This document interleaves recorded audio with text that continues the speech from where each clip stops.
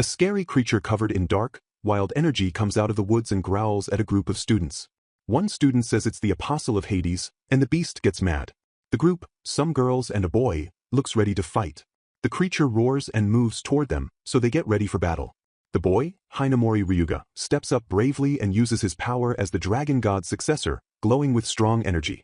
A girl, Yukimiya Shiori, the shrine maiden of fortune, freezes the creature with her skills and tells the others to attack. Hisaki Rei swings a wooden sword full of power and hits the monster hard. Another girl, Elmira McCartney, fights too, using dark flames with a fun but serious look. The battle intensifies as Ryuga gathers his strength and launches his ultimate move, Dragon Fong, delivering a devastating blow that completely obliterates the enemy. As the dust settles, Ryuga walks away calmly, and the girls acknowledge his control over his immense power. Some of them express their frustration about being used as distractions while others accept their roles in the fight. Shiori notices Ryuga's bleeding hand and offers to heal him, but the moment is interrupted by Elmira, who playfully insists on licking his wound instead. This leads to a light-hearted moment as the group reacts, and Rei watches with a sigh.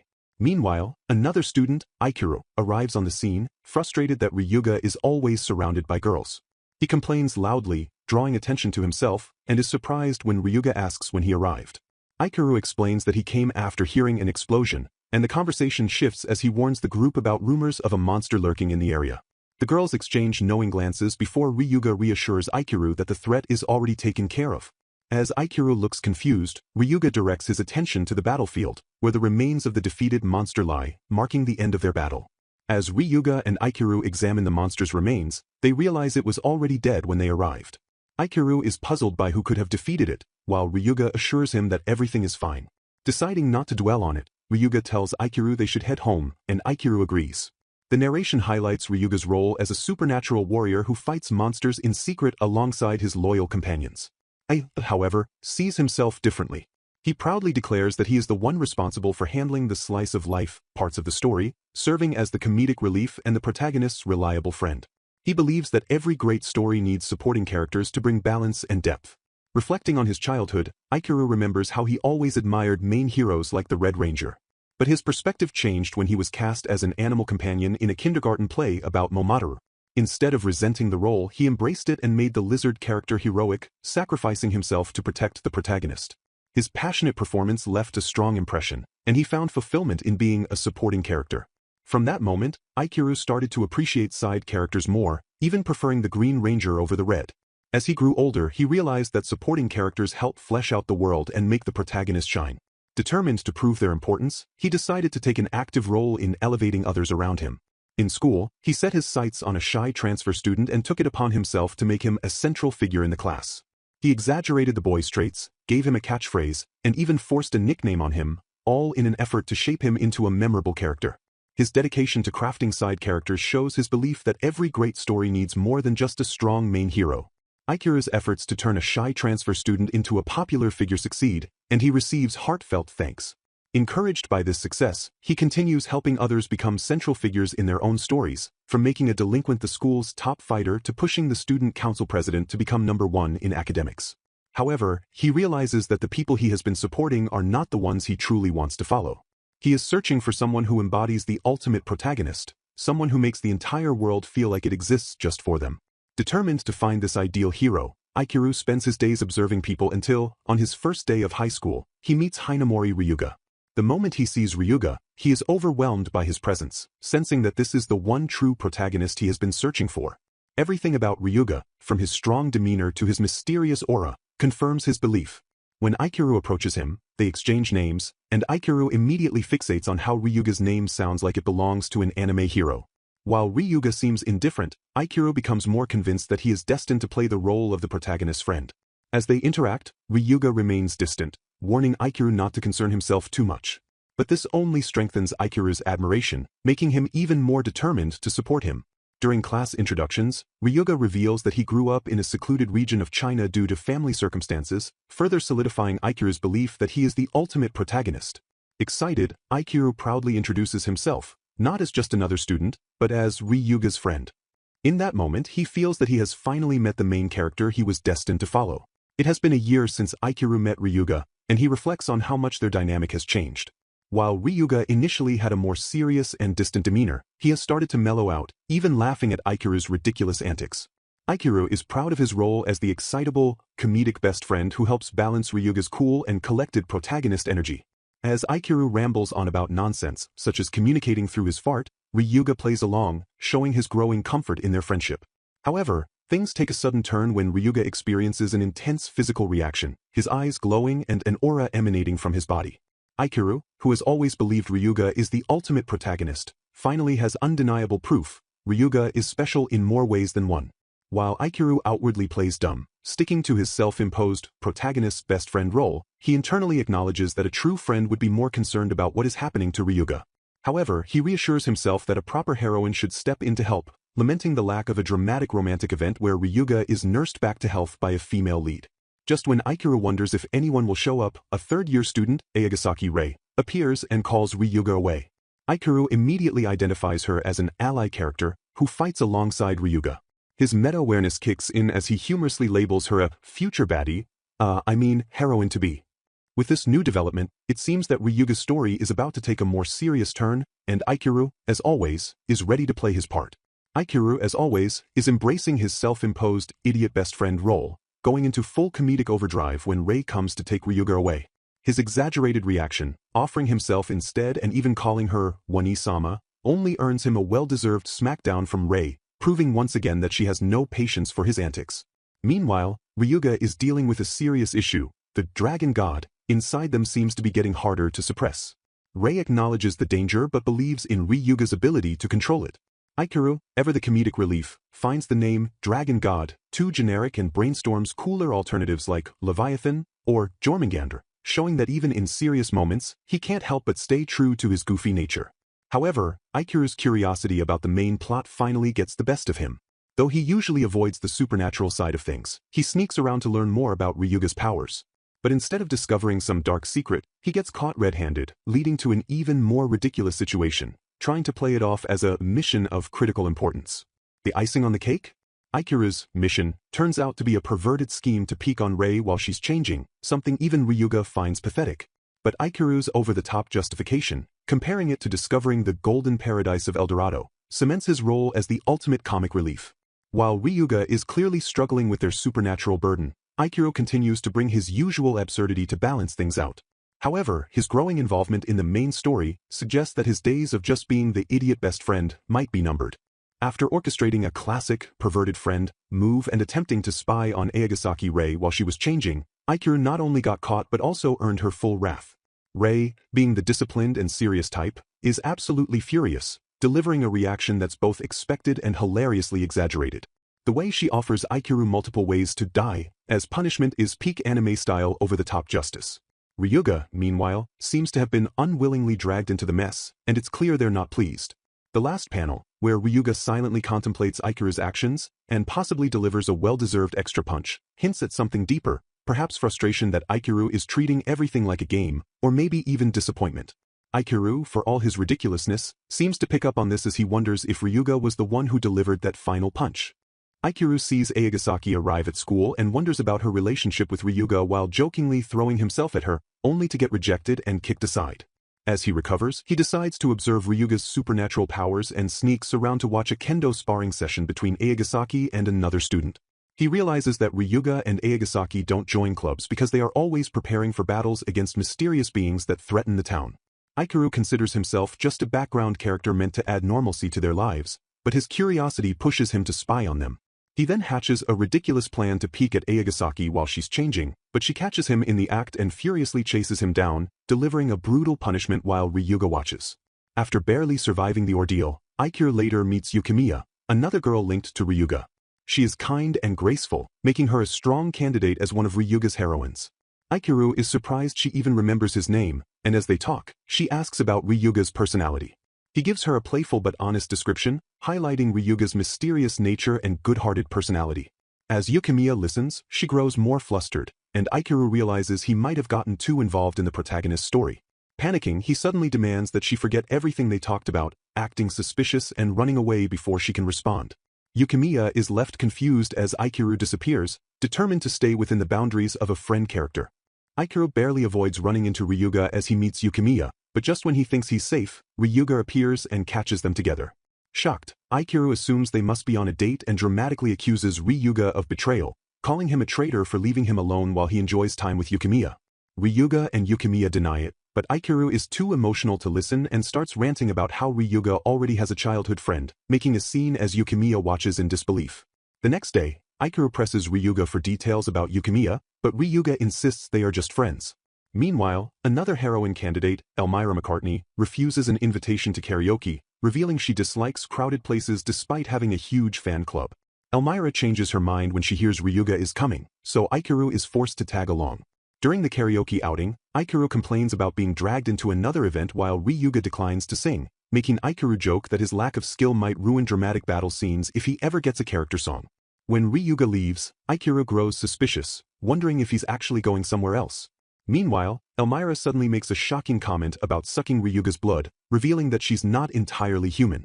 Aikuru panics and runs off, reminding her not to carelessly expose her true identity in front of a mere friend character like him. Aikuru is stunned when he sees Elmira sinking her fangs into Ryuga's neck and realizes she is actually a vampire. He tries to pretend he didn't see anything, but the situation leaves him completely shaken. Later, he finds Ryuga sitting alone and casually greets him, wondering why he's not with the others. Ryuga admits that being around too many people makes him feel uneasy and that he finds it more relaxing to be with Aikuru. This unexpected compliment makes Aikuru secretly celebrate, but he also wonders if Elmira should have been the one to check on Ryuga instead. Sensing an opportunity, Aikuru decides to press Ryuga for answers and asks if he is hiding something. Ryuga hesitates, clearly torn between keeping secrets and being honest, as he fears dragging Aikuru into his battles. Just as he is about to reveal the truth, something unexpected happens. The karaoke clerk suddenly collapses, and as Aikuru and Ryuga look around, they realize the entire place has gone eerily silent. With no music coming from the booths and more people unconscious, they quickly realize that something is seriously wrong. As panic sets in, Aikuru shouts in disbelief, demanding to know what is happening. Aikuru and Ryuga rush through the karaoke building as they realize something strange is happening, and Aikuru starts to panic when he notices that all the staff and customers have collapsed. He wonders if they have accidentally stumbled into the part of the story where Ryuga's team usually handles the fighting, and he struggles to figure out what he is supposed to do in a situation like this. Ryuga remains calm and explains that the people have only been put to sleep by powerful hypnowaves, and their lives are not in danger. He tells Aikuru that stopping the source of the waves will wake everyone up. Elmira appears and confirms that she was not affected by the waves, which makes sense because she is a vampire. She also reveals that she had been investigating and found out that the manager of the karaoke place is the one responsible for what happened. She sensed a strange presence upstairs and quickly realizes that the manager has escaped to the roof. Without hesitation, Ryuga and Elmira take off to chase him, leaving Aikuru behind and asking him to take care of the unconscious people. Aikuru knows that in this kind of situation, a supporting character like him is supposed to focus on helping the civilians while the main characters go fight. He decides to do his part and helps move the collapsed people to safety. After making sure everyone is okay, Aikuru finds himself alone and unsure of what to do next. He wanders around the building, checking the booths, and with nothing else to do, he returns to their original room and starts singing alone. After a while, Ryuga and Elmira come back, acting normal, but Aikuru immediately senses that something is off. He wonders if they had a difficult battle and what exactly happened while they were gone. After the karaoke incident, Elmira casually thanks Ryuga for letting her drink his blood and excitedly compares its taste to fine wine. Aikuru is completely shocked by this discovery and struggles to process the fact that she is not only a vampire but also completely addicted to Ryuga's blood. The next day at school, Aikuru reflects on everything that happened and feels like his perspective has changed. He asks to go to the nurse's office, using it as an excuse to step away, while realizing that he needs to refine his role as the perfect friend character. Determined to stay informed without getting dragged too deeply into the main story, Aikuru decides to quietly keep an eye on Ryuga's battles. He understands that the more he knows, the more he can subtly guide Ryuga through casual conversation without officially stepping into the protagonist's spotlight. He sneaks around and observes fights from the shadows, noting that Ryuga's closest allies are three powerful heroines. Shirori is the team's support, focusing on healing and slowing down enemies, while Rei is a pure battle-type fighter with a blade that can cut through anything. Elmira, being a vampire, specializes in mid-range attacks by turning blood into fire. As Aikuru watches them fight, he acknowledges that one of these three will likely be the main heroine, and he mentally cheers them on. He then shifts his focus to Ryuga, who seems almost superhuman, effortlessly using vacuum techniques, fire, and even healing while still holding back his full power. Aikuru realizes that Ryuga is far beyond a normal human and almost feels sorry for his enemies. Aikuru thinks about the battle and understands that Ryuga and his group are fighting monsters from another world called the Apostles of Gehenna. A long time ago, these creatures came when a gate between the two worlds opened. People defeated them and closed the gate, but now, because of a problem in the town, the monsters are attacking again. Their goal is to wake up their king, a very strong being who is sleeping in this world. If he wakes up, he will destroy everything. Aikuru knows that if this story follows a normal pattern, the final boss will appear at the end and attack the city, the school, and even his home. While thinking about this, he also worries about his father's money problems. His father still has many loans to pay, and if the city is destroyed, Aikuru may have to take care of the debt. But he reminds himself that Ryuga's fight is more important.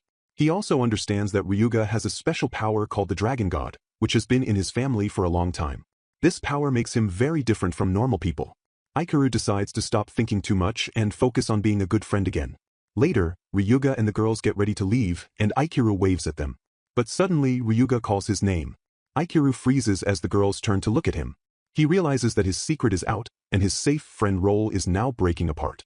He panics, knowing that everything he worked for is falling apart. Aikuru greets Ryuga at school the next morning while noticing that Elmira is dozing off at her desk. He wonders if she sleeps so much because she is a vampire, but Ryuga explains that she just has low blood pressure. Aikuru reflects on how his position has changed since learning the truth about Ryuga and his group, and he remembers how they caught him and revealed their secrets. He wishes they had tried to keep it hidden, but since he already knew most of it, it was not too surprising. He realizes that he can no longer act like the clueless friend and must now be the friend who knows and supports them. He tells himself that he still has a role to play in their daily lives, so he needs to stay focused on that. Later, Aikuru asks Ryuga if they have encountered any strong enemies, and Ryuga tells him that the apostles are getting stronger but they are still managing to win. Aikuru then asks about an enemy that stole souls from women, and Ryuga casually says that they dealt with it 3 days ago. Aikuru is shocked when he learns that Shirori and Rei volunteered to be decoys, but the girls do not seem too concerned about it. As Aikuru continues talking with Ryuga, he realizes that his new position as an informed supporter might actually be better than before since he no longer has to sneak around watching their battles. Now he can just ask Ryuga directly about what is going on. While thinking about this, he suddenly feels happy, and when Ryuga asks why he is smiling, Aikuru brushes it off. Ryuga then tells Aikuru that he was worried their friendship would change after he learned the truth. Aikuru quickly reassures him that nothing will change and that they will always be friends. Ryuga looks relieved and repeats the word buddies to himself, showing that he really values Aikuru's support. But before Aikuru can relax, Ryuga suddenly says that there is still something he is hiding. Aikuru realizes he needs to be careful with his answer and tells Ryuga that if he is keeping it a secret, then it must be hard to talk about. He says that even though he acts carefree, he can tell that Ryuga is carrying a heavy burden. He then quickly adds that he will not force Ryuga to tell him anything and that he can share when he is ready. Deep inside, Aikuru is panicking because he does not want to get dragged further into the story, and he is determined to keep his role as just the supportive friend. Before they can continue talking, Ryuga suddenly collapses, breathing heavily. Aikuru is shocked and realizes that the dragon god inside Ryuga is acting up again. He used to ignore it when things like this happened, but now he feels responsible and runs over to help. He tells Ryuga to calm down while yelling at the dragon god to stop messing with his friend. Aikuru watches as Ryuga recovers from another one of his mysterious frenzies, which seem to happen about once a week. He notices that, once again, none of the heroines rush to help, even though Elmira was right next to him. Frustrated by how lightly everyone is taking the situation, Aikuru decides to scribble on Ryuga's face as a joke. A few days later, Aikuru excitedly runs to Ryuga with an update on the heroine's body measurements, but Ryuga cuts him off, saying he has had enough of that already. Aikuru is surprised by his reaction and starts to feel that something is off. Soon, Ryuga begins acting distant, leaving school without Aikuru and avoiding him. Aikuru wonders if he did something wrong or if someone else is interfering in their friendship. He even starts to think that Ryuga might have finally chosen a true heroine and is now spending all his time with her. As he overthinks, his biggest fear emerges: the possibility of a new friend character taking his place. He imagines a rival who might be funnier, more considerate, or even have some ridiculous power, like the ability to see the color of panties. Terrified that the world does not need another pervert like him, he rushes to find out the truth. Aikuru confronts Ryuga in a dramatic, tear-filled moment, begging him to tell the truth. He asks if Ryuga got a girlfriend or found a new friend, which is why they can't hang out after school anymore. Ryuga denies everything and reassures Aikuru that there is no way he would have a better friend than him. Feeling relieved, Aikuru realizes that the core issue must be something else. However, he decides not to pry any further, knowing that as a minor character, he should not overstep his role. Despite trying to stay out of it, Aikaru still feels uneasy when Ryuga disappears before the second period. None of the heroines seem to be with him, making Aikaru believe that Ryuga might be in the middle of his own special episode. Sitting alone and thinking, he wonders if Ryuga is secretly meeting another important character at this very moment. Aikaru starts wondering if a new heroine will appear soon, as he believes that battle stories often introduce new characters to keep things interesting. He thinks about the different heroines already involved, including a shrine maiden, a swordsman, and a vampire, and tries to guess what kind of person might join next. However, he then realizes that instead of a new heroine, there could be an important event coming up that helps Ryuga gain more control over the dragon god's power. While considering all of this, Aikaru starts feeling frustrated because Ryuga has been acting distant and ignoring him. Wanting to clear his mind, he decides to leave class before the third period and go somewhere quiet where he can think. He goes to the school infirmary and finds that the nurse is not there. He notices someone is already resting in one of the beds, so he quietly moves to the other bed, assuming it is another student skipping class like him. As he sneaks past, he accidentally catches a glimpse of the person in the bed and quickly realizes that they are a girl. He tells himself not to react, but he cannot help but stare for a moment, thinking that even though he is not usually that interested in girls, this situation is different. He tries to justify his curiosity by reminding himself that he is just a normal teenage boy and that it is natural for him to be curious about the female body. Just as he is processing everything, the girl starts to move, making him panic. He watches in shock as she wakes up, stretches, and speaks casually as if nothing is wrong. Then, to his absolute disbelief, he realizes that the person in front of him is actually Ryuga. However, Ryuga now looks completely different, appearing in a feminine form with long hair and a noticeably different body. Aikaru is left speechless, struggling to comprehend what he just witnessed, as he stares at Ryuga in utter shock. Aikaru searches for Ryuga and runs into some of their classmates, who are also wondering where he went. They mention that Ryuga left right before the fourth period, and they all agree that he has been acting strangely lately. One of the girls, Elmiria, admits that she did not notice anything because she had been sleeping, while the others discuss how Ryuga has been lost in thought and trying to handle something on his own. They wonder why he does not ask for their help and suspect that he did not want them to worry, though they are still concerned about him. Aikaru listens to their conversation but keeps to himself the fact that he has already found Ryuga and knows something shocking that they do not eye in the infirmary. Aikaru sees Ryuga wake up, and to his disbelief, Ryuga's body has changed into that of a girl.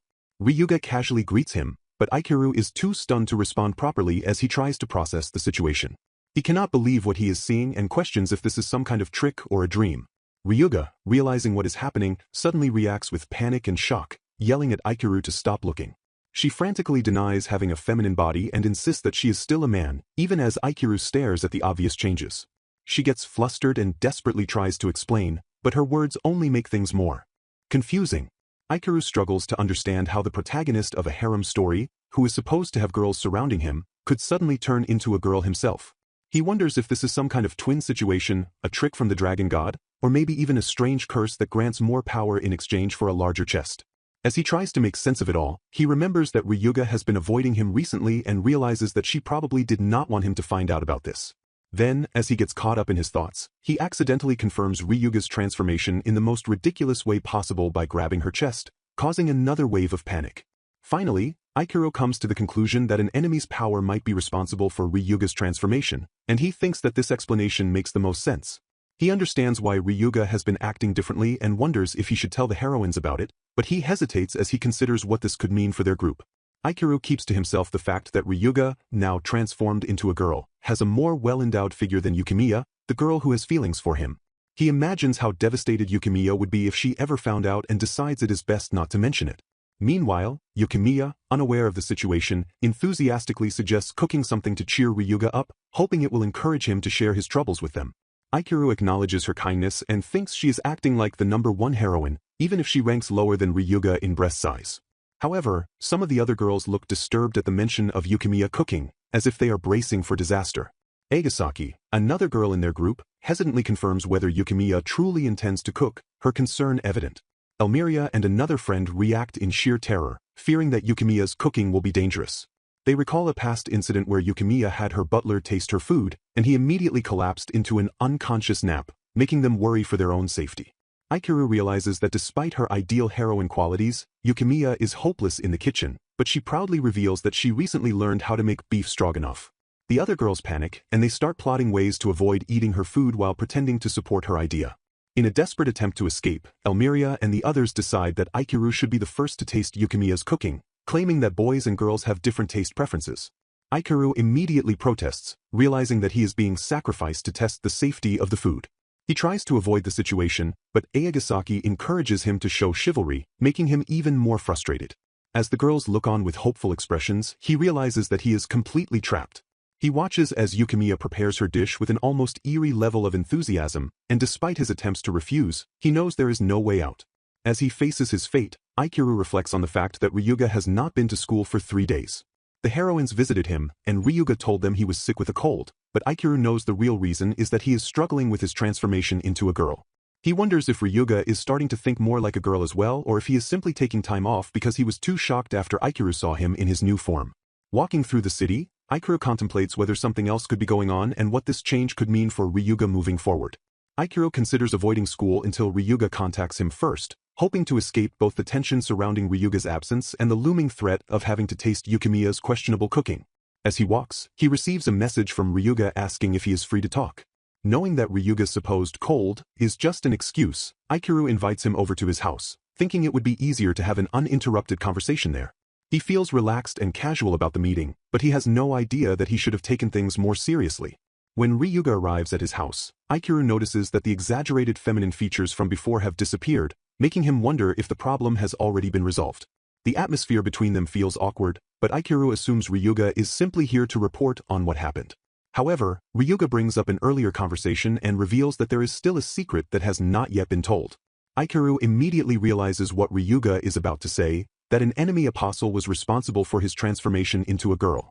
Ryuga confirms this, and Aguri acknowledges that there is nothing left to hide. To Aguri's surprise, Ryuga asks him to help with training. He is confused at first, but he rationalizes that it must be a typical power-up event where the protagonist undergoes training with the support of a close friend. However, as Ryuga speaks, Aguri's heart starts racing for reasons he cannot explain. Then, Ryuga finally clarifies the request. He wants to train not for battle, but for romance. Blushing, Ryuga explains that one day he will return to being a girl, and he wants to live like a normal girl when that happens. To prepare for that day, he wants Aguri's help. Aguri is caught off guard, struggling to process what he just heard.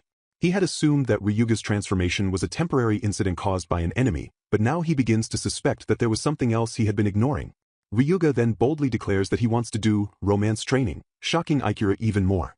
As realization dawns on him, he recalls everything and finally accepts the truth. Hinamori Ryuga had been a girl from the very beginning.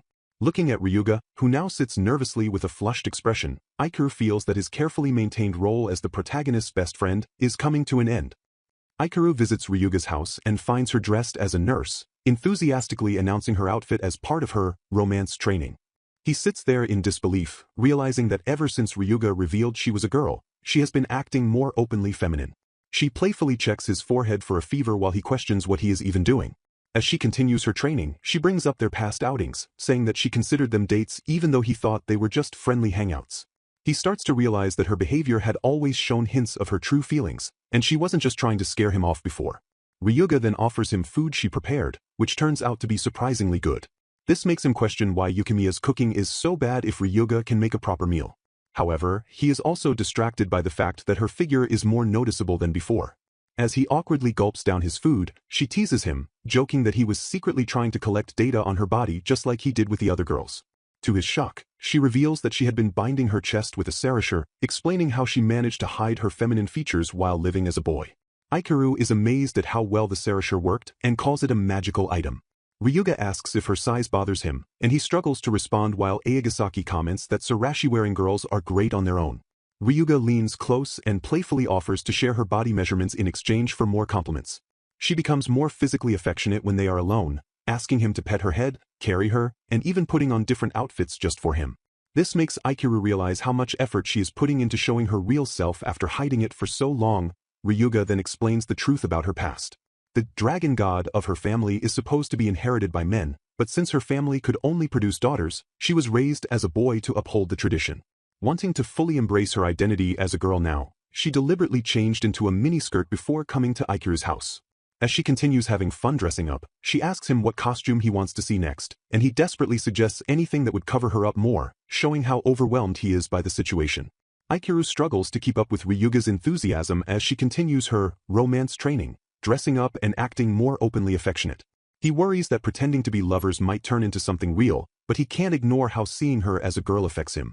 When she playfully knocks him on the head, he tries to push away his thoughts, but her affectionate gestures make it harder. She even cradles his head in her lap to heal him, overwhelming him even more. Desperate to restore their previous dynamic, Aguri comes up with a ridiculous plan to make himself look so perverted that Ryuga will be disgusted and lose interest. He demands she do embarrassing poses, thinking it will push her away, but she eagerly plays along. Instead of getting disillusioned, she enjoys it even more, leaving Aguri completely flustered. As she excitedly changes into a miniskirt Santa outfit, he realizes his plan has completely backfired, and to his horror, he might actually be enjoying the cosplay too. Aguri realizes his plan to push Ryuga away has completely failed. Instead of getting disillusioned, she's enjoying their romance training even more, treating him like a full-fledged boyfriend. Panicking, he tries to change the subject to serious matters like the apostles, but Ryuga confidently claims that the power of love will keep her safe. Her boldness leaves Aguri speechless, especially when she jokingly asks if she'll get a reward kiss after saving the world. As he scrambles for a way to regain his old role as the friend character, Ryuga continues to surprise him, even revealing that the dragon god inside her, now called Ron-tan, has become affectionate toward her. She then brings up a past conversation, asking if Aguri was hiding something from her. He awkwardly tries to brush it off, but Ryuga interprets it in her own way, imagining that he was waiting for the right moment to confess his feelings. Things escalate even further when she suddenly talks about their future, mentioning marriage and children as if it's inevitable. She insists that she has the freedom to choose her partner and even suggests a honeymoon destination, leaving Aguri completely overwhelmed. Desperate to escape the situation, he pleads to just go back to being her goofy, lizard-like friend, but Ryuga seems determined to keep moving forward with their relationship.